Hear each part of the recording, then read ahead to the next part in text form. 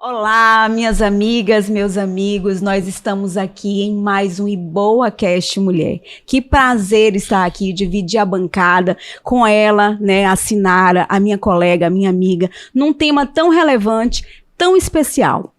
Esse tema que nós trazemos hoje, ele realmente ardia no meu coração, ardia no coração da Sinara, e nós estávamos tentando encaixar um momento em que pudéssemos trazer duas pessoas especiais e com autoridade para falar conosco.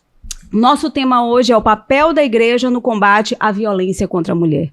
Um tema que é pouco discutido, mas que é de extrema relevância, não só no nosso meio cristão, mas para desmistificar muitas coisas que a sociedade traz como um peso para nós. E não é um peso. Então nós estamos aqui, fiquem conosco. Eu sou Graziela, líder de mulheres da Igreja Batista do Olho d'Água. Oi, gente, olá. E é um prazer, né, apresentar os nossos convidados. E eu gostaria de começar apresentando o pastor Gedaías. Pastor Gedaías de Azevedo é o pastor presidente da Igreja Batista do Olho d'Água, é presidente também da Convenção Batista Maranhense e é membro do Conselho Geral da Convenção Batista Brasileira. Ele é bacharel em teologia, mestrado em aconselhamento cristão. Seja muito bem-vindo, pastor Gedaías. É uma alegria poder compartilhar com vocês aqui, Graziela e Sinara, e especialmente estar na companhia de Carol. O tema é desafiador e necessário, é importante tratar disso, não só no âmbito da sociedade, mas principalmente no âmbito da igreja. Então, no que a gente puder contribuir hoje aqui, a gente está com alegria e buscando a direção do Senhor para ser bênção na vida da mulher maranhense. Privilégio, viu? Contar com a presença do pastor Gedaías. E privilégio também é contar com a presença da Carolina Costa, presidente da Associação Somos Todas Marianas, servidora pública do Tribunal de Justiça do Estado do Maranhão, presidente da Comissão de Combate à Violência contra as Mulheres da Associação Brasileira de Mulheres de Carreiras Jurídicas do Maranhão. Seja muito bem-vinda, Carol. Obrigada, Sinara, Grazi, meu pastor Gedaías Azevedo, para mim é uma honra. E também a todos que estão nos ouvindo, esse é um tema muito relevante que eu trago com muito amor e vamos esclarecer muitas coisas hoje aqui. Que maravilha, que honra, né? Que honra a gente...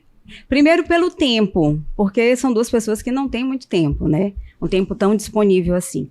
Mas que honra poder tratar sobre esse tema, tratar sobre esse assunto com a minha colega, né, de tantas caminhadas e com o nosso pastor.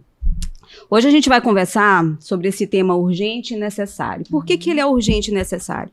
Porque o papel da igreja no combate à violência doméstica, ele é real. Mas muita gente não sabe que ele é real, né?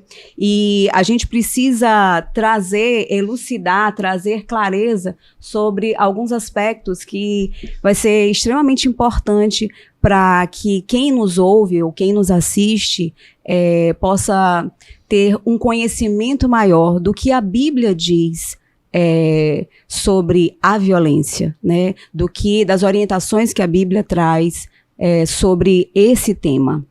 Muito bem, é isso mesmo, Grazi, até porque a violência, ela atinge todos os espaços, as camadas da sociedade, né? Ela está nas casas, no trabalho, nas ruas, nos áreas, e infelizmente ela está atingindo até os meios, os espaços religiosos, né? Sim. E nós vamos começar tratando desse tema, falando sobre isso, né? O papel da igreja, como Grazi já falou, o papel da igreja nesse combate a esta violência. E nós vamos começar fazendo uma pergunta que eu gostaria de ouvir a opinião, nós gostaríamos de ouvir essa opinião, né, Grazi, sobre essa violência, né? Que tipos de violência a mulher sofre, né? Quais são os tipos de violência? Carol, você poderia começar falando para a gente quais os tipos de violência? Sim, os tipos de violências, elas foram tipificadas na Lei Maria da Penha, que é uma lei do ano de 2006. Maria da Penha foi uma mulher que sofreu violência e a violência, são 5 tipos de violência. Então, tem a violência física, ela é a mais conhecida, porque ela deixa marcas, é um tapa, um chute, é um empurrão, é algo que deixa marcas na mulher. Então, a violência física é um sinal vermelho. Se um relacionamento tem violência física, mulheres corram, sinal vermelho. A violência psicológica, ela também é um tipo de violência e ela deixa marcas não no corpo, mas nas emoções, na alma daquela vítima. Então, são palavras que depreciam aquela mulher: você não presta, você não serve para nada, a comida, até aquelas falas sutis, né? Você não sabe cozinhar, você enfim, é burra. Então, isso é violência psicológica. A violência psicológica, ela também pode ser diagnosticada, porque a maioria das mulheres que sofrem esse tipo de violência, elas têm laudos médicos e psicológicos, como depressão, síndrome do pânico, tudo isso envolvendo um relacionamento de violência psicológica. Temos também a violência sexual. A violência sexual, mesmo num relacionamento de marital, marido e mulheres, ou um namoro, qualquer sexo não consentido é estupro.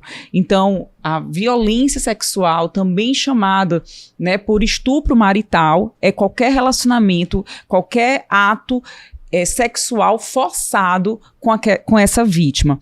E é importante dizer isso porque muitas pessoas, muitas mulheres, elas não sabem disso, né? Elas acham assim: não, eu sou casada, é minha obrigação. Mas você é forçado, se é forçado, é estupro também. A violência patrimonial é aquela violência onde o agressor, ele vai destruir um objeto de trabalho daquela vítima. Então, vamos dar um exemplo aqui. A vítima, ela é manicure, então ele vai destruir os esmaltes daquela vítima. Isso é violência patrimonial. Toda forma também de ocultar documentos da vítima é violência patrimonial.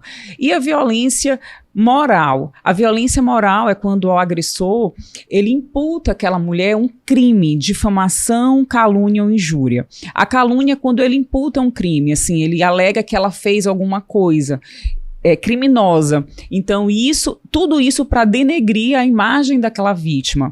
Então, como é crime, é calúnia. Agora, quando outros tipos que acontece muito, né? Você está me traindo, então aí já é difamação.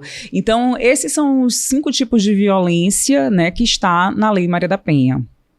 Muito bem, pastor, o senhor poderia contribuir conosco? Posso sim, no sentido de que, infelizmente, por incrível que pareça, todos os 5 tipos podem acontecer no âmbito da igreja. E, às vezes, se não tiver o canal aberto, a possibilidade de ajuda criada pela própria igreja ou pelos líderes da igreja para ajudar as mulheres, todos os 5 tipos podem acontecer na igreja. A gente ainda tem, porque o uso do que provoca a violência psicológica, por exemplo, é por uso de, como a Carol acabou de mencionar, a violência verbal, com adjetivos pejorativos, e a autoimagem da mulher vai de negativa a destruída. Então, isso provoca uma situação muito delicada, porque os danos são quase irreparáveis se não fosse. De novo, aí agora, o ensinamento da igreja é diferente disso. Muito bem. Quando a Carol fala sobre a violência física e a violência emocional, acaba que elas nem se desassociam, né? Na verdade, a violência física, ela deixa marcas, mas ela também deixa essa marca na alma, né? E assim, elas são realmente muito sutis. Quem conhece, quem já viveu, às vezes a violência emocional é muito sutil, porque às vezes passa até a ser um hábito, né? O abusador, o agressor, ele fala, repete, e aí a mulher normaliza aquilo. E o copo vai enchendo, vai enchendo e vai enchendo, mas vamos lá. Carol. Desculpa, Grazi. Eu acho que é interessante dizer de que dos 5 tipos, não é assim, ou é física, ou é psicológica, ou é patrimonial. Pode haver uma Todos. violência Um mix, coletiva, um mix, porque a violência física ela também provoca marcas psicológicas Sim. e pode projetar para o patrimonial e para o moral e ainda no sexual. Então, infelizmente, podem existir mulheres que experimentam os 5 tipos Os 5 tipos. numa mesma situação. Exatamente. Isso é extremamente delicado. É. Muito bem. Pastor, na sua fala, eu acredito que Carol também pincelou sobre isso, veio à minha mente algo que está aqui fora do script, mas como Grazi já Mas a gente me não conhece, segue mas script vem- porque nós não nós somos seguimos. aqui, a gente faz ao vivo. Exatamente, nós não seguimos, a gente faz alguma coisa aqui só para nortear, mas às vezes vem algo tão importante que a gente precisa, e eu acho muito pertinente, pastor, falar sobre isso, porque o texto de 1 Coríntios 7 fala sobre o pertencimento de um ao outro, né? Do corpo da mulher pertencer ao marido, assim como o corpo do marido pertencer à mulher. E aí, quando a gente fala sobre isso no meio, talvez, aqueles que desconhecem, né, e têm fé diferente daquilo, da Bíblia, não acreditam, não seguem, né, esses ensinamentos, e aí você fala assim, Carol, você disse, olha, quando a mulher é dona do seu próprio corpo, mesmo que ela seja casada, o marido não pode, né, usar ou ter relações Sem consentimento. consentimentos, abusar. Tá. E a gente precisa clarear muito bem isso aqui, porque muitos talvez pensem que o fato desse versículo dizer que um pertence ao outro, e isso nós estamos, de alguma forma, apoiando como igreja a violência, né, o abuso sexual. Mas eu gostaria que o pastor explicasse esse texto para a gente dentro desse contexto. Na verdade, Sinara, em teologia a gente tem uma regra máxima da Bíblia, é que a Bíblia interpreta a própria Bíblia. Sim. Então, tomar uma seção de textos ou um texto isoladamente sempre gerou heresia ou má interpretação das Escrituras. O que está escrito em 1 Coríntios 7 precisa estar junto com 1 de Pedro 3. Porque em 1 de Pedro 3, o apóstolo Pedro, que era casado, ele, cheio do Espírito Santo, orienta, inspirado de que maridos tratem a mulher com entendimento e com honra. Então, o que está em 1 Coríntios 7 é de que o meu corpo não é mais meu, mas é da minha esposa, mas não permite abuso. É para compartilhamento, porque Deus foi quem criou a beleza do relacionamento sexual, mas não para abuso. Por isso, se houver em algum momento, por alguma razão, em que um dos dois não está motivado, ou é bom que o outro respeite, porque respeito e liberdade andam juntos no relacionamento conjugal. Sim, perfeito. Carol, eu queria que tu nos ajudasse a entender um pouco os dados. Qual é a dimensão, né, dessa violência? Eu não sei se você tem os dados nacionais, os dados locais, mas traz para a gente alguns dados que você possa comunicar hoje. Certo. Então, segundo a OMS, de cada 3 mulheres, uma sofre ou já sofreu violência. Os índices da violência contra as mulheres, elas só aumentam a cada ano, infelizmente. E o Brasil ocupa o 5º país do mundo que mais mata mulheres. Ano passado, uma média de 1.450 mulheres foram assassinadas no Brasil. E esses dados, eles só, como eu falei, né, ao longo dos anos, eles só aumentam. Tanto da violência física, como da violência psicológica. Eu tenho aqui um dado dos estupros, né? No ano de 2023, no Brasil, foram 83.988 mulheres estupradas. Esse índice, ele só de mulheres que foram na delegacia de polícia registrar. Então, ele é muito maior, porque geralmente a mulher, ela não vai por medo, por vergonha, né? Então, a mulher, muitas vezes, ela não vai denunciar. Mas quando a gente fala de estupro, por exemplo, que foi o maior dado registrado no Brasil, foi no ano de 2023, a gente gente tem aproximadamente 180 mulheres estupradas por dia no Brasil. E o que mais choca é que 53% desses índices são nossas crianças, de 0 a 13 anos de idade, mulheres. Então, a gente precisa, essa é uma pauta extremamente importante de toda a sociedade, da igreja também, porque a gente vê que as mulheres, elas estão morrendo e elas estão sendo estupradas e violentadas num lugar onde elas deveriam ser mais preservadas, que é nos seus lares. 90% da violência acontece no lar dessa vítima.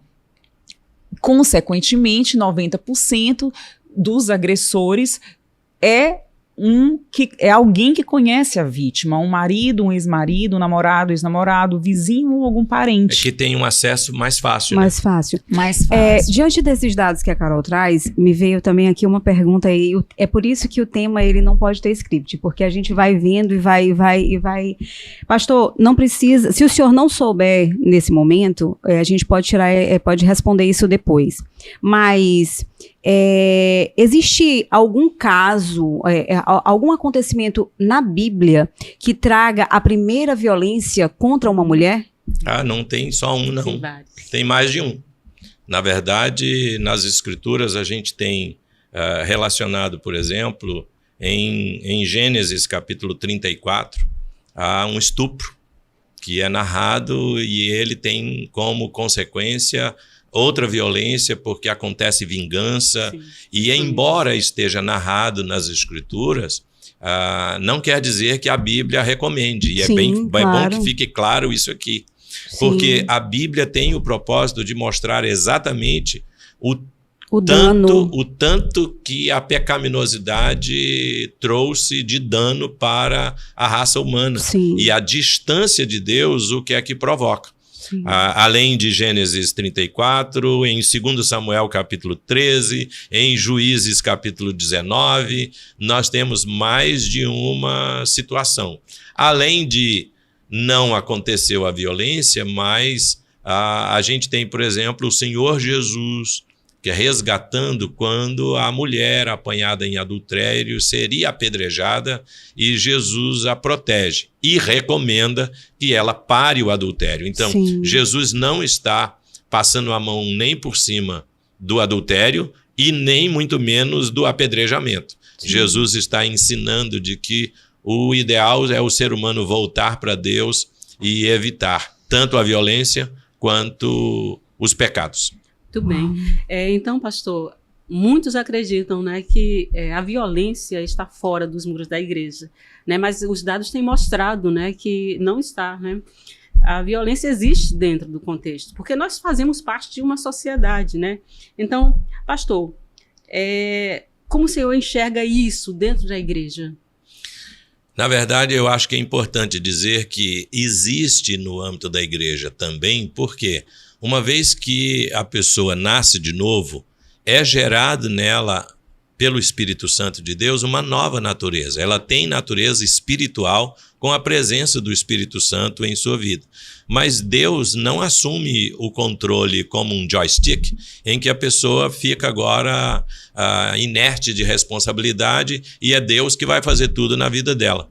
A natureza pecaminosa continua presente. Sim. E quando o ser humano não alimenta a natureza espiritual para que ela seja mais forte, a natureza pecaminosa está presente. Então, existem situações em que violência contra a mulher aconteça no âmbito da igreja, da membresia, e aí, por incrível que pareça, até com líderes religiosos que não se vêm a público muitas vezes, mas eu tenho conhecimento de que líderes religiosos evangélicos praticam violência contra a mulher. E quando aconteceu isso, eu dei orientação. Aliás, se vocês me permitem, por exemplo, num dos ministérios em que eu exerci o trabalho, naquela igreja, uma mulher resolveu trazer para mim de que ela estava sendo violentada fisicamente pelo marido.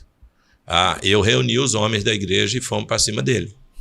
para que ele Como parasse. foi para cima, pastor? Para cima, explica pra porque cima o público mesmo. para cima assim, mesmo. reunido com ele e dizer assim, olha, ou você para com isso, ou nós vamos fazer com você o que você está fazendo com ela. Olha aí, ó. E aí, a catracada Meu existe. pastor. Esse é meu pastor. E aí o que aconteceu? Ele foi submetido à disciplina, ele prometeu que pararia, e não parou, e a gente jogava futebol toda terça-feira, se não me falha a memória. Quando a gente está lá no futebol, me chega o indivíduo para jogar bola com a gente. Sim. Eu cheguei perto dele e disse, o que você está fazendo aqui? Enquanto você não parar, você não joga bola, você não participa das coisas, você está sob disciplina mesmo. Pode cascar fora daqui. E aí ele foi embora. Por causa disso, ele saiu da igreja que eu era pastor e foi para a igreja Assembleia de Deus da cidade. Eu fui lá no pastor da Assembleia de Deus, com ele presente, ele disse, eu quero dizer, você vai receber esse moço aqui, mas ele precisa disso, enquanto ele não parar. Graças a Deus, por conta dessa ação enérgica, eu já voltei lá na cidade uma outra vez e encontrei.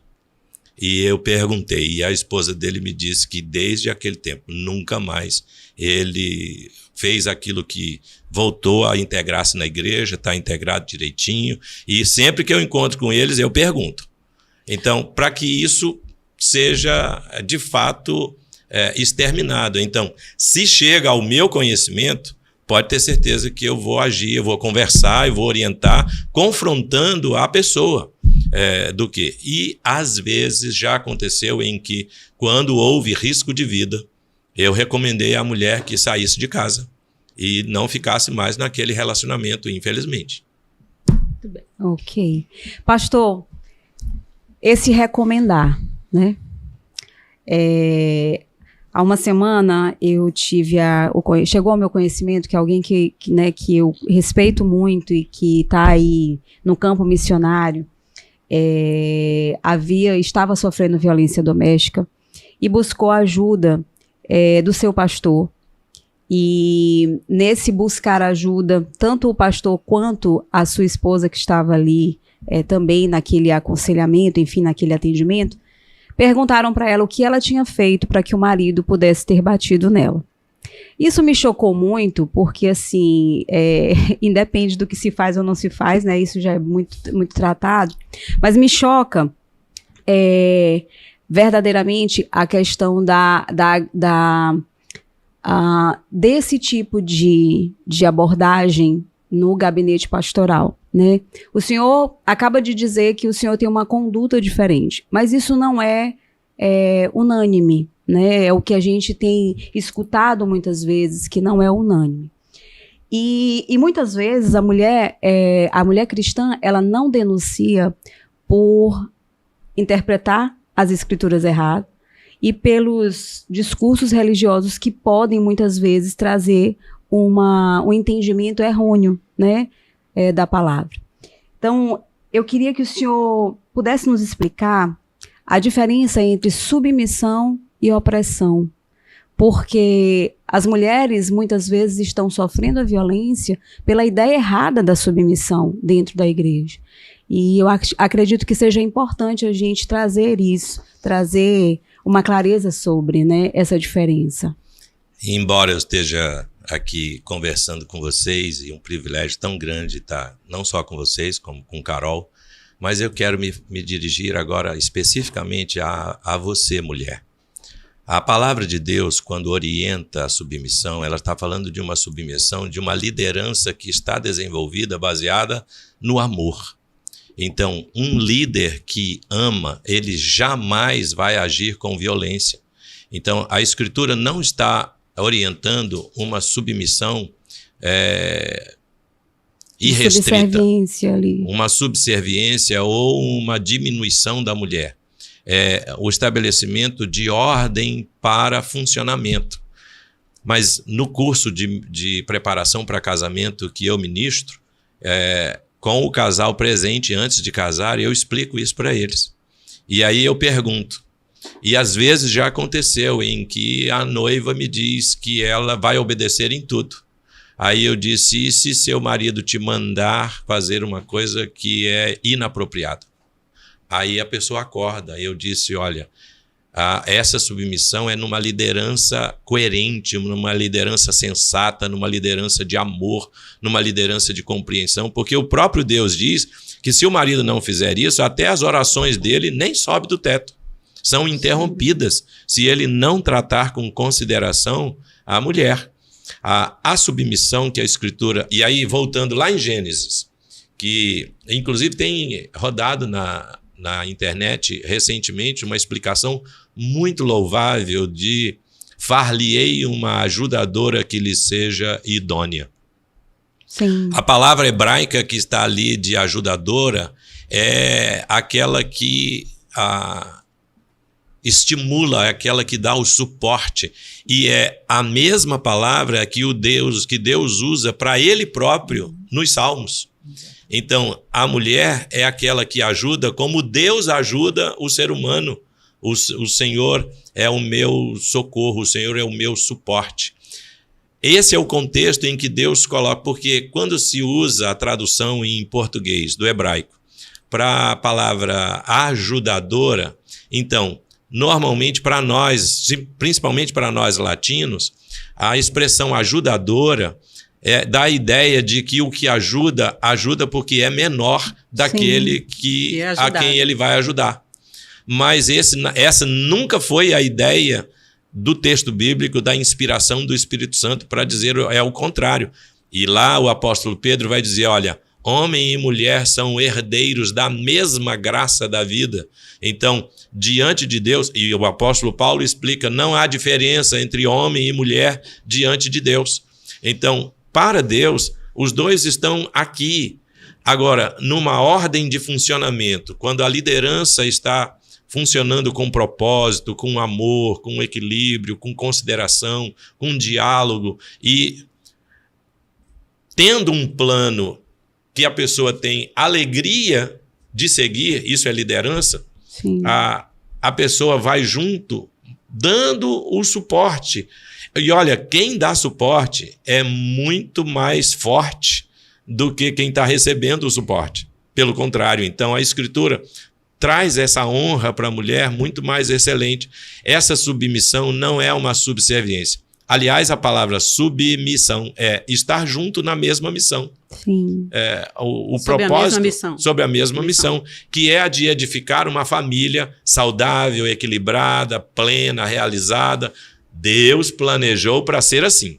Muito bem. Maravilha ouvir isso, né? É perfeito. Gente, é sempre uma aula. Eu fico assim, eu não sei se eu tô aí cheia de... Flop, depois tu vê se eu tô cheia de expressões, mas é porque eu fico assim, sabe? Consumindo. E eu espero que você também esteja consumindo aí do outro lado. Muito bem. Então vamos lá. Carol, né? Muitas mulheres relatam que ao buscar ajuda, e aí essa pergunta é muito pertinente, porque você faz muito atendimento em igrejas, faz palestras, né? E elas relatam que ao buscar a ajuda, né, de alguém da igreja, elas dizem, as pessoas geralmente elas aconselham a orar, perdoe, tal. E eu pergunto a você, Carol, existe, né, um silêncio institucional, né? E como isso impacta a vida dessas mulheres?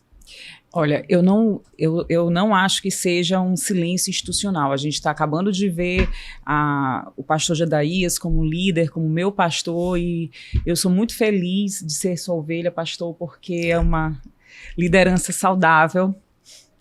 E, assim, a igreja, ela tem um papel fundamental, já que Jesus morreu pela igreja, nós somos o corpo, né, de Cristo, e Jesus é a cabeça, então a gente precisa estar inserido debaixo de uma liderança aqui, de um pastoreio saudável.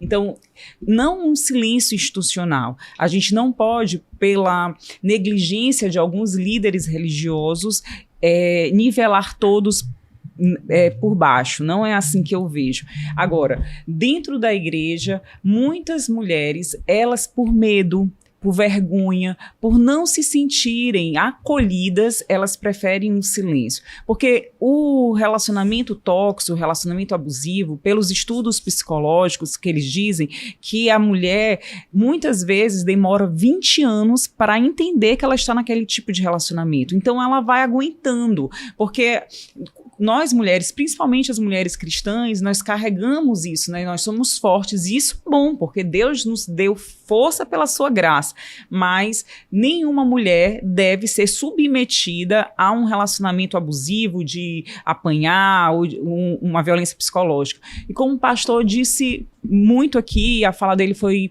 excepcional, num relacionamento abusivo, a mulher ela precisa romper. Não tem outro meio. Ou se rompe um relacionamento pela denúncia ou pela morte da mulher. Porque o feminicídio é o ápice da violência contra as mulheres. E geralmente esse crime é um crime anunciado, com violência física, psicológica. Então você tem que denunciar. Aquela história que o pastor contou, quando ali aquele agressor, ele foi reprimido pelos próprios, pelo pastor e pela liderança da igreja, ele parou. Por que ele parou? Porque ele sentiu vergonha, ele se sentiu constrangido. Quando um homem, quando a mulher denuncia, e hoje essa denúncia, a ação não é mais pública, condicionada, é incondicionada, ela faz lá a denúncia e o Ministério Público já entra com uma ação, muitas vezes ele para. Não pode haver arrependimento, né? Não pode voltar atrás. Exatamente. Então, assim, o que a nossa orientação, a orientação do pastor Jadaías, a nossa orientação como mulheres cristãs é que Deus nos criou, como o pastor falou aqui, de uma forma exemplar, né? Deus nos criou também em imagem e semelhança dele, assim como o homem. Nós não fomos criadas para estar no relacionamento onde a gente apanha, e muitas vezes as mulheres, elas utilizam um texto fora do contexto que é errado. Deus nos chamou para sabedoria. E se a gente está num relacionamento onde a gente está sofrendo, está doendo, está apanhando, nós não estamos sendo sábia ao querer continuar em um relacionamento assim. Então, a nossa orientação é que você fale com seu pastor, fale com sua liderança, mas também denuncie. E aqui é algo assim importante dizer que nem só a vítima precisa denunciar. Então, a Graziela, como a líder do Ministério das Mulheres, conhece uma mulher da comunidade que está sofrendo violência, ela pode fazer a denúncia, e essa denúncia, inclusive, pode ser anônima. Muito bem. Essa denúncia anônima, ela é feita e... Tá bom, eu tô lá, eu tô acompanhando uma mulher e eu tô vendo que existe uma violência ali, e eu faço essa denúncia, ainda que anônima, né? Mas, obviamente, para que as coisas caminhem em direção a preservar essa mulher, ela precisa... vai chegar um momento que ela precisa querer e se posicionar, né? Então, acho que a gente precisa realmente conscientizar de que denunciar é o caminho, né? Denunciar e buscar essa ajuda de uma liderança realmente acolhedora é importante. Mas ainda nesse contexto, a gente tem mulheres que ficam militando ali no seu pensamento entre a fé, né, e a permanência num relacionamento abusivo. Então, ainda também no contexto, porque envolve sentimento, né? Então, envolve sentimento, envolve a fé, envolve a vergonha, envolve uma série, é uma série de fragmentos que fazem com que a mulher permaneça dentro de um relacionamento abusivo. E quando é uma mulher que conhece a palavra, uma mulher cristã, está dentro de uma congregação desse meio, pastor, como é que a liderança espiritual, como é que a igreja ajuda essa mulher nessa militância mental entre manter a fé, uma esperança, né, ou a certeza de que haverá uma mudança, fazendo com que ela permaneça num relacionamento abusivo? Pois é, na verdade, eu acho que é importante dizer o seguinte, de que o próprio exercício da fé não é recomendar a permanência no sofrimento. No sofrimento. O exercício da fé, porque como Carol bem pontuou aqui ainda agora, a exposição do agressor é parte do exercício da fé. A Escritura, por exemplo, quando não deixa de expor os erros, os pecados das pessoas que fizeram, Deus está exatamente ensinando, porque a exposição, ela é um dos processos de esperança e curativos. Pode não acontecer, mas se não acontecer, a vítima estará protegida. Sim. Então, não se iluda, o exercício da sua fé, presta atenção aqui comigo, olha, o exercício da sua fé é você denunciar. Não é você permanecer apanhando, permanecer sofrendo, sem pedir ajuda. E aí eu não falo apenas para a mulher, eu falo para os meus colegas pastores, criem um ambiente. Na Igreja Batista do Olho d'Água, a gente tem, e hoje não sou somente eu, pastor Flávio me ajuda, pastor André está nos ajudando, pastor Felipe Sobrinho está ajudando também. A gente tem um ambiente seguro para que a pessoa possa abrir o seu coração e falar de todo tipo de situação que ela possa estar enfrentando ou passando. E a gente, então, trata e orienta, ajuda para que isto não se perpetue. Isto é estar seguindo, inclusive, as orientações da Escritura. Porque nos 10 mandamentos nós temos não matarás. Mas o Senhor Jesus disse, ouvistes o que foi dito? Não matarás? Eu, porém, vos digo, olha só, até sem tocar na pessoa. Jesus disse, se no coração você odiar alguém, você já cometeu, já infringiu o mandamento de não matarás. Deus não aprova a violência nem doméstica, nem da rua, nem do trabalho. Deus não aprova a violência em hipótese alguma. Aliás, como a Escritura é progressiva na sua revelação, numa época em que o ser humano era muito rude ainda, o Senhor recomendou que criassem as cidades refúgio. O sujeito que cometesse uma violência, ele tinha que correr. E se ele fosse alcançado antes de chegar lá, ele morreria. Isso é a Escritura agindo contra o agressor. Meu Deus, que orientação sábia da Escritura não pode vir para os tempos atuais? Na verdade, existe, Grazi. Porque existe a penitenciária, sim, existe o Código Penal. Então, quando existe a ferramenta criada em governo como a Delegacia da Mulher, a Lei Maria da Penha, que são aspectos tanto da sociedade, mas como o conflito maior aqui se a mulher está com o conflito da sua fé, de permanecer, eu não quero que meus filhos sejam criados sem pais, sim, e tal, eles poderão ser criados sem mãe se você permanecer no relacionamento abusivo. Perfeito, pastor. Abusivo. Perfeito, muito bem. Perfeito. E, nessa toada, vamos dizer assim, o pastor citou aí, falou, deu uma pincelada na Lei Maria da Penha. Aí nós temos as leis de Deus, os mandamentos de Deus, mas também nós temos as leis que precisam ser seguidas, as leis criadas pelos homens. E certamente essas leis, dos homens, elas têm uma base exatamente dentro daquilo que nós temos. Nós acreditamos também que são as Escrituras, conforme o pastor Gedaías acabou de falar. Porque tudo que está nessas leis dos homens é o que Deus quer para as nossas vidas. É o que Deus quer para nós, cada uma de nós, mulheres.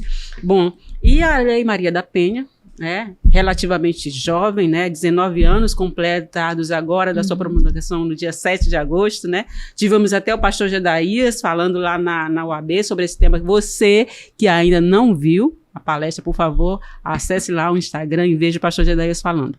Tá? Então vamos lá. Carol, vamos falar um pouco sobre a Lei Maria da Penha, do que ela trata, e eu gostaria de perguntar também, que você pincelasse, se você considera que ainda há dificuldade para a aplicação da Lei Maria da Penha e quais os motivos dessas dificuldades, se existirem. Eu não vejo, o problema não está na aplicação da Lei Maria da Penha. O problema está, aliás, a Lei Maria da Penha é considerada a segunda melhor lei do mundo. Mas ainda a gente precisa mudar a mentalidade da sociedade, que ainda, infelizmente, é machista e E a aplicação dessa lei, olha, eu vou dar um exemplo aqui para vocês. A Lei Maria da Penha, ela trouxe, né, as campanhas de conscientização, as delegacias especializadas, as medidas protetivas de urgência, que são extremamente importantes, porque antes a mulher denunciava, ela voltava para casa, apanhava de novo, pastor. Porque aí a condenação era entrega de cesta básica. Era assim que funcionava. Hoje é diferente. Hoje, se a mulher vai na delegacia, ela faz uma denúncia, a juíza da vara da mulher tem até 24 horas para, analisando, né, ali a denúncia, acatar e expedir a medida protetiva para aquela vítima. Então, 24 horas é um prazo muito rápido. E aí, a mulher, em posse da medida protetiva de urgência, ela tem, o agressor, ele não pode entrar em contato com a vítima, nem mandar mensagem, nem uma ligação, nada, nem chegar perto, nem ligar, nada. Ou seja, com a medida protetiva de urgência, quem sai da casa, do lar, é o agressor, não é a vítima. Então é aquela historinha assim, se você me denunciar, você vai sair de casa com seu filho, que nessa hora a violência patrimonial vem, né? A violência patrimonial nessa hora, a casa é minha, o carro é meu, o filho é só teu, é só da vítima. Então, do que você vai viver? Do que você vai viver, essa história acaba bem aí, porque com a medida protetiva de urgência, o agressor, ele sai do lar. E é importante dizer isso, mais uma vez, mulheres, acreditem sim nos órgãos do Estado, porque funcionam. Muitas pessoas, não funciona, é só um papel. Gente, não é. Todas as mulheres vítimas de feminicídio aqui no nosso estado, no estado do Maranhão, nunca pediram ajuda, nunca foram numa delegacia, nunca denunciaram, entendeu? Então, a gente realmente precisa continuar, né, aconselhando as mulheres que sofrem violência a denunciar. A propósito do que a Carol está dizendo, eu era muito jovem ainda, no primeiro trabalho como pastor, aconteceu uma situação de um padrasto ter violentado a enteada de 10 anos de idade. E eu fui com a mãe à delegacia, junto com ela. E o delegado, enquanto estava atendendo a gente e tomando o depoimento da mãe, ele perguntou para a mãe: a senhora alguma vez percebeu que havia alguma atitude do padrasto que demonstrasse algum interesse dele de fazer alguma coisa e o abuso era de estupro com a menor de 10 anos?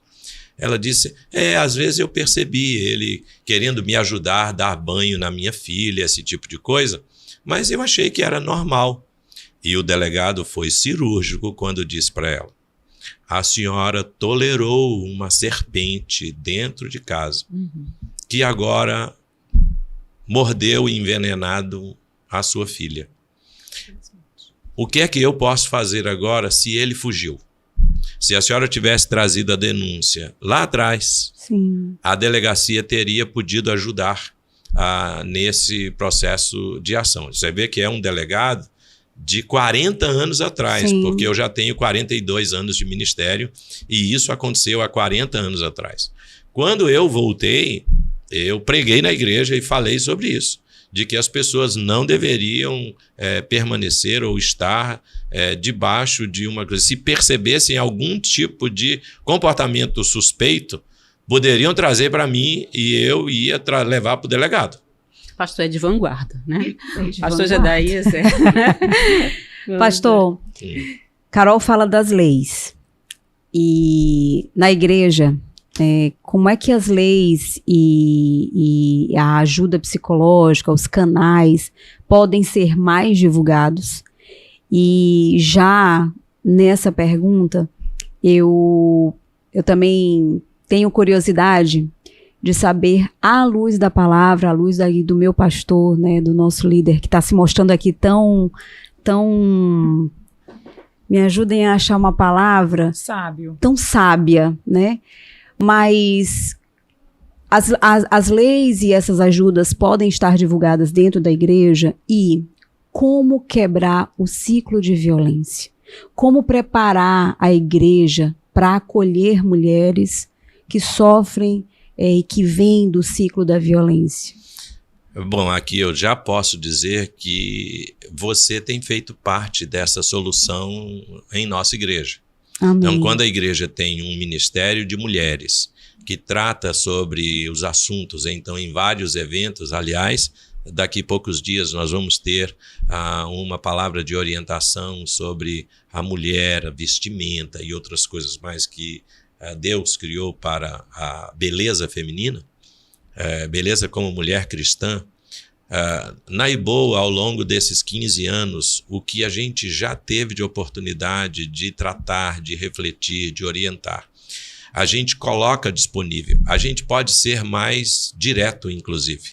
Então, temos outras vezes oportunidades em que, divulgando o trabalho que a Carol faz, a IBOA apoia e está junto. Nós estivemos junto com Somos Todas Marianas, logo no início, na primeira caminhada em que esteve, a IBOA estava junto. Então, o trabalho que Carol faz de esclarecimento é uma das ferramentas que pode ser feita assim. E aí, de novo, eu me dirijo aos meus colegas pastores. Criem o ambiente seguro, a promessa de segurança e de discrição para atender a mulher que queira falar do seu sofrimento. Se a igreja fizer isso, ela já vai estar fazendo uma grande parte. Conscientizar de que o exercício da fé vai ser da mulher crer que Deus, que a comunidade vai cuidar dela se ela denunciar. Então, não tenha receio de que você vai passar fome, de que você não possa denunciar por causa disso. Deus vai te honrar, mulher, se você fizer isso. Eu vou completar. A pergunta que eu vou lhe fazer é uma pergunta, pode parecer um pouco capciosa, mas o senhor hoje ocupa a cadeira da responsabilidade, né, na presidência da Convenção Batista Maranhense. Então, o senhor é o representante batista do Maranhão. E, obviamente, liderando, outros pastores estão abaixo da sua liderança ou, né, recebendo essa orientação. E quando Carol diz, Grazi, qualquer pessoa pode denunciar. E quando o senhor diz, eu tenho conhecimento de alguns pastores, alguns líderes que praticam a violência.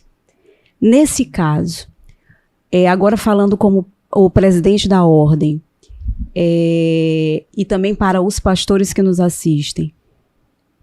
Os pastores que sabem que outros pastores praticam a violência, fazem a denúncia, podem fazer, devem fazer, porque estamos falando de lideranças que a todo momento o Senhor diz, as lideranças precisam criar ambientes, mas se ele próprio, né, se aquele próprio líder, ele pratica, for um abusador, for um agressor, talvez ele não consiga promover esse ambiente. E sabendo, sabendo, um outro pastor sabendo, um colega pastor sabendo, a orientação continua sendo a mesma? Vá lá e denuncie? Ou como é que isso funciona dentro da instituição? Pastor, antes do senhor responder essa pergunta, eu vou complementar, Grazi, porque a gente precisa trabalhar também com aquilo que a palavra diz, né? E aí nós temos uma orientação no livro de Mateus sobre isso. E eu gostaria que o senhor juntasse isso com a orientação. Quando eu sei que o irmão está em pecado, porque nós não estamos falando apenas de... Nós estamos falando de crime, mas nós estamos também, não podemos do pecado em si, né? Pecado. Então, alguém está em pecado. Você vai lá, tem uma orientação, você vai junto a ele, busca aí, se ele se convencer daquilo que é pecado e deixar, ok. Né? Mas, aproveitando essa pergunta de Grazi, dentro desse texto de Mateus, o senhor poderia nos responder? Então, são dois procedimentos. A gente estava falando ainda há pouco sobre a denúncia para os órgãos públicos. Sim. Mas, como você mencionou, a responsabilidade que eu tenho por ser presidente da Convenção Batista do Estado do Maranhão, talvez seja interessante dizer que a Ordem dos Pastores Batistas do Brasil traz com alegria a maneira como é estruturada. A Ordem dos Pastores Batistas do Brasil, secção do Maranhão, ela tem uma estrutura, ela tem uma comissão de ética E Perfeito. isso é tratado.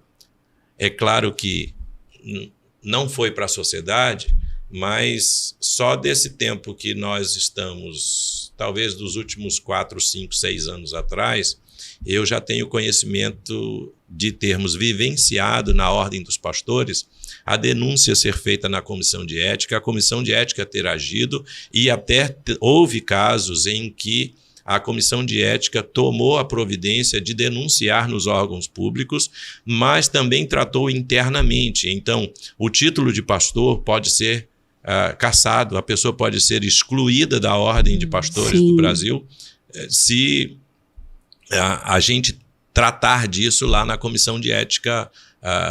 Houve um caso, inclusive,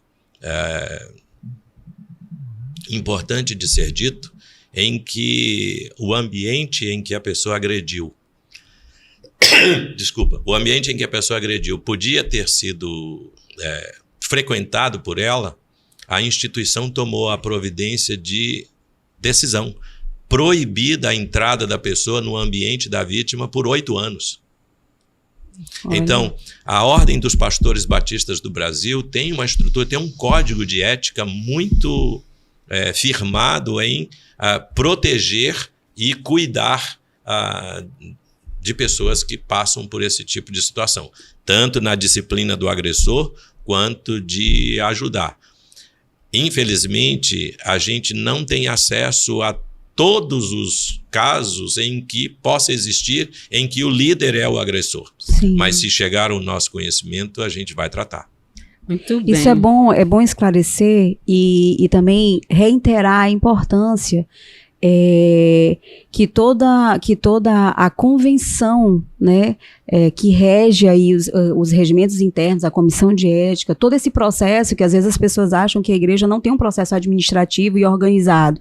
E é importante a gente trazer a público essa informação, né, e também esse esclarecimento e deixar registrado de que existe uma tratativa, né, por parte da cúpula maior, né, da cúpula estratégica da igreja, né, da direção e das lideranças. Muito bem. Acho até que é importante, como a Sinara mencionou ainda há pouco, de eu frisar agora, dizer o seguinte, que a ação da convenção, da Ordem dos Pastores ou da igreja, ela não é exclusivamente punitiva. Sim. Porque, como a Sinara mencionou, se você souber que o teu irmão cometeu algo, vai tu entre ti e ele só. Se ele se arrepender, e arrependimento não é só ficar triste pelo que fez. Não é remorso, né? Arrependimento Mudança, nem é mudança. tristeza por ficar triste, por ter feito algo ruim, e nem remorso. Aliás, Judas Iscariotes teve remorso e suicidou. Porque o apóstolo Paulo ensina de que quando não há arrependimento, a pessoa tem só tristeza pelo que fez de errado, o resultado disso, se caminhar para frente, vai ser morte. Mas quando é arrependimento, a palavra arrependimento na Bíblia, que é metanoia, é mudança de mente, é mudança de atitude e é mudança de direção na sua vida. Então, vai tu entre ti e ele só, Mateus 18. Se ele se arrepender, que quer dizer mudar de atitude, isso demanda acompanhamento. Na verdade, muita gente acha que ser pastor é só falar um pouquinho no domingo de manhã e domingo de noite na igreja, e na verdade não é. Cuidar do rebanho do Senhor demanda trabalho, demanda amor, demanda dedicação, e graças a Deus a gente tem visto muita gente que experimentou mudanças genuínas e foram verdadeiramente transformados e restaurados. Sim. Mas outros que optaram por permanecer na coisa errada, aí não tem jeito, precisa ter punição. Em alguns casos, até a exclusão do rol de membros da igreja pode acontecer. Perfeito. Bom, nós vamos falar um pouquinho sobre feminicídio, né? E para muita gente é apenas uma nomenclatura, né? Muita gente não compreende a diferença entre o homicídio e o feminicídio, né? E Carol, você é uma das militantes, né? Nesse sentido, em falar sobre feminicídio. Ai, não, vamos tirar esse nome. Militante não, Carol é atuante. Atuante. Não, mas tem Gostei, Grazi. Intervenção apropriada. Carol é atuante. Então, Carol, vamos lá. Carol, você que é uma atuante, né? Uma mulher, né? Que trata. Uma atuante linda que vale 10 camelos. Eu gostaria que você mais de 10, né, pastor? Mais. Foi muito mais que disseram, né, pastor? E diga-se de passagem que cada camelo equivale a um carro de classe 1. Meu Deus do céu, eu quero, por favor, deixa eu te representar. Depois eu quero isso em valores monetários, o valor de um camelo, tá? Então, Carol, qual a importância de nomear e reconhecer o feminicídio como um crime específico contra a mulher? E aí eu gostaria que você respondesse isso olhando para a câmera, lá, fale para as mulheres qual a importância de ter essa nomenclatura, né? O que isso favorece, quais as benesses que isso traz para as mulheres. Na verdade, a gente já compartilhou um pouco, nem toda morte de mulher é feminicídio. O feminicídio é um crime pela razão de gênero, é um crime de ódio, e se a gente for parar para analisar os casos de feminicídio, todos eles, né, há um ataque na mulher, principalmente no rosto da mulher, desfigurar a imagem daquela mulher. Então, assim, se é de faca, não é 2 facadas, são 30 a 120 facadas, vários tiros. Então, o feminicídio é um crime de ódio, é um crime de gênero contra as mulheres. E a importância foi aquilo que a gente já falou aqui, porque as mulheres, elas morrem mais em casa. Então, assim, vamos acabar, né, com aquela conversa assim, por que não existe uma lei de João da Penha, que a gente às vezes escuta, porque os homens não morrem dentro de casa, os homens morrem fora de casa. Então, sim, essa é uma lei realmente de proteção. Trazendo também aqui, no contexto que tudo aquilo que a gente já conversou, eu acho que é muito esclarecedor, pastor, para as mulheres cristãs, né, para os homens também que vão nos ouvir ao longo dos anos nesse podcast. Mas eu queria trazer algo assim que o pastor comentou e eu acho importante esclarecer. O crime de estupro, o estupro de vulnerável. Principalmente quando eu falo das nossas crianças, né, que é de 0 a 13 anos. Então você tem que denunciar, mas esse crime ele só prescreve a partir dos 18 anos da vítima. Então ela tem até 20, então ela tem 38 anos para denunciar, e quando é um crime qualificado, a prescrição ainda é maior. Então você precisa contar aquilo que aconteceu no passado. Muitas vezes, até hoje, você colocou ali para debaixo do tapete, né? Não vá na delegacia, denuncia. E assim, mulheres, a gente precisa ter sabedoria, porque muitas vezes esses crimes sexuais, eles acontecem num ambiente onde não tem outras pessoas, não tem terceiros, né? Então, assim, tudo é prova. Então, a palavra da vítima é forte, sim, mas também tem que somar outras provas. Então, mensagens no celular, tomar banho não pode de jeito nenhum. Aconteceu uma situação dessa de estupro, você tem que ir na delegacia para fazer logo o exame de corpo de delito, não é para tomar banho, para poder não tirar aquelas provas e depois não ficar a palavra da mulher contra a palavra do homem. E falando do nosso estado, o nosso estado é o sexto, né, o sexto estado no Brasil que mais violento. Então, é um índice muito alto. Então, dentro de 27 estados, é um índice muito alto. Muito alto. Então, a gente realmente precisa trazer essa realidade para todos os montes de influência. O pastor Jadaías é um pastor de visão, né? Então, assim, a gente realmente precisa trazer isso para dentro das nossas igrejas. Outro dia, meu marido, na hora do almoço, ele, meu Deus, não é possível, gente, essa humanidade tá louca, agora toda hora tem um caso de um feminicídio, né, na televisão, enfim, ótimo que a gente tem agora isso divulgado, né, porque acaba que o que acontecia no passado e era muito ali reprimido, agora não mais é, mas também assusta a quantidade, principalmente aqui no nosso estado, praticamente no jornal local, praticamente 2, 3 vezes por semana tem uma manchete de uma mulher que, né, um feminicídio, ou de uma mulher com tentativa de feminicídio, enfim. Então, realmente é triste, né? E só trazendo aqui um dado que eu acho importante do ano de 2023, só para os 190, que é a Polícia Militar, foram 899.490, eu não lembro, né, ligações. Isso é uma média de 102 mulheres pedindo socorro por hora no Brasil. Isso equivale a... Quase 2 por minuto. 2 por minuto, exatamente, pastor. Então, 2 mulheres pedindo socorro.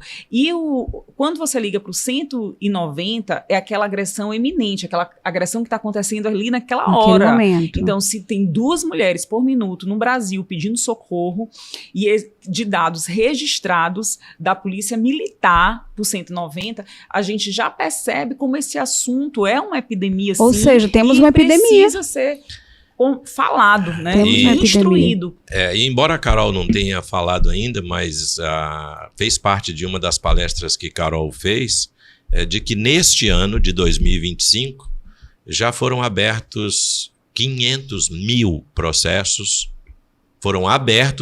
de 500 mil casos de violência contra a mulher. Ou seja, se em 2023 foram 800 e tantos mil e até metade do ano de 25 nós já chegamos a 500 mil, Deus nos livre, muito provavelmente em 2025 vai chegar perto de 1 milhão. Pastor, que ações práticas a igreja pode fazer, né, para que esses números eles não continuem alarmantes? A gente precisa continuar incentivando a denúncia, a gente precisa continuar e promover ocasiões como essa, de um podcast como este que é esclarecedor, a gente espera estar sendo esclarecedor. Promover, como eu falei, a oportunidade de ambiente seguro para que a denúncia seja feita, tolerância zero, porque um dos itens que faz com que esteja essa escalada ascendente das estatísticas, infelizmente, apesar do programa da Lei Maria da Penha e outros mais, existe impunidade. Sim. Na sequência do próprio processo, depois, infelizmente, existem situações em que vai ser verificado, aí por esse motivo ou por aquele outro, o agressor acaba não sendo levado às vias, de fato, com a punição que deveria receber. Então, a impunidade é um incentivo.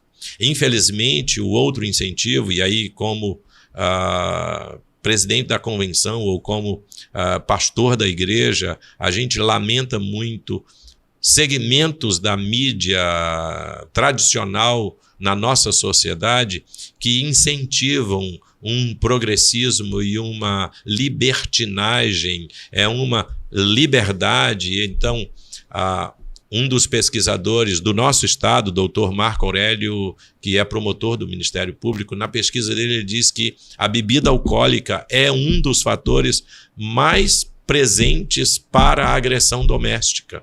Então, e aí se incentiva, se permite propagandas a embriaguez, o uso de drogas, as ações abusivas. A gente deveria entender. A igreja deveria ser mais ativa na sua missão de transformação real das pessoas. Sim. Como experiência de novo nascimento. Sim. Por quê? O fator principal porque isso acontece é a distância do ser humano de Deus. A queda do ser humano para o pecado. Sim. Então, o incentivo à libertinagem, o incentivo à embriaguez, o incentivo ao uso de drogas, o incentivo e as ações que não são efetivadas para a punição devida dos agressores, faz com que as estatísticas continuem crescentes. Então, nós como igreja precisamos continuar. O evangelho nunca esteve apoiando ou incentivando. O evangelho ensina que nós devemos viver com os frutos do Espírito Santo, que é amor, alegria, paz, paciência, benignidade, bondade, fidelidade, mansidão, domínio próprio. Então, o evangelho do Senhor Jesus transforma a pessoa e faz com que ela experimente o viver em amor. Uau! Muito bem. Perfeito. Meu Deus, olha eu só. tenho que ir embora com Sinara, com o pastor, com Carol. Meu Deus, não vamos acabar, Olha, não. gente, Tem que ter uma parte 2, né? Eu acho que tem que ter uma parte Olha 2. só, antes de a gente passar as falas finais aqui, só para enumerar, tá, Carol? Você pode só enumerar para a gente aqui, olhando lá para aquela câmera, e dizer quais são as ações que você faz, quais ações que você ver sendo realizadas nas igrejas onde você participa, e até porque você pode fazer aquele convite para participar dessas ações. Certo, então assim, o Somos Todos Marianas hoje atua nas escolas através de uma parceria com a Equatorial, a gente atua também nas igrejas. Também temos um projeto que é com o Instituto Alcoa, que é o Profissionalizar para Todos os Futuros. Esse ano a gente já colocou no mercado de trabalho homens e mulheres em situação de vulnerabilidade, porque nós entendemos que essa é uma pauta de todos, né, de homens e de mulheres, não só das mulheres. E também a gente atua nas redes sociais e ali você pode entrar através do link da bio, através do nosso e-mail, entrar em contato conosco, você que é líder de uma igreja, nós estamos com agendas abertas, a gente, né, faz toda uma agenda anual, todo mês, das atividades Somos Todos Marianas. Eu também não posso deixar de falar dos canais de denúncia, que é o 180, o 190 que foi falado aqui, e o Salve Maria Maranhão, que é um aplicativo nosso, do nosso estado, que eu quero deixar aqui para quem estiver assistindo esse aplicativo. Ai, pastor, que coisa linda. Não sei se vocês conhecem. Volta, Carol. Volta. Não, é assim Esse mesmo. Depois que você baixa o aplicativo, o aplicativo vai pedir o nome, o seu endereço, o seu contato, o nome dos seus pais e pedir a localização, você aceita. Esses dados, eles são sigilosos e ficam na Secretaria de Segurança Pública. Qualquer sinal de perigo, você só aperta esse botão aqui, porque eu já baixei, e aí você nem precisa mais ligar para o 190 e 180, você só aperta o botão, vai acionar um sinal lá na Secretaria de Segurança e eles vão mandar uma patrulha para você. Para a sua localização. Para a sua localização. Perfeito. Aqui também você pode fazer uma denúncia. Aqui, ó, você faz a denúncia por aqui pelo aplicativo. Então, esse aplicativo é extremamente importante. Onde a gente tem ido, nas igrejas, nas escolas, a gente tem compartilhado.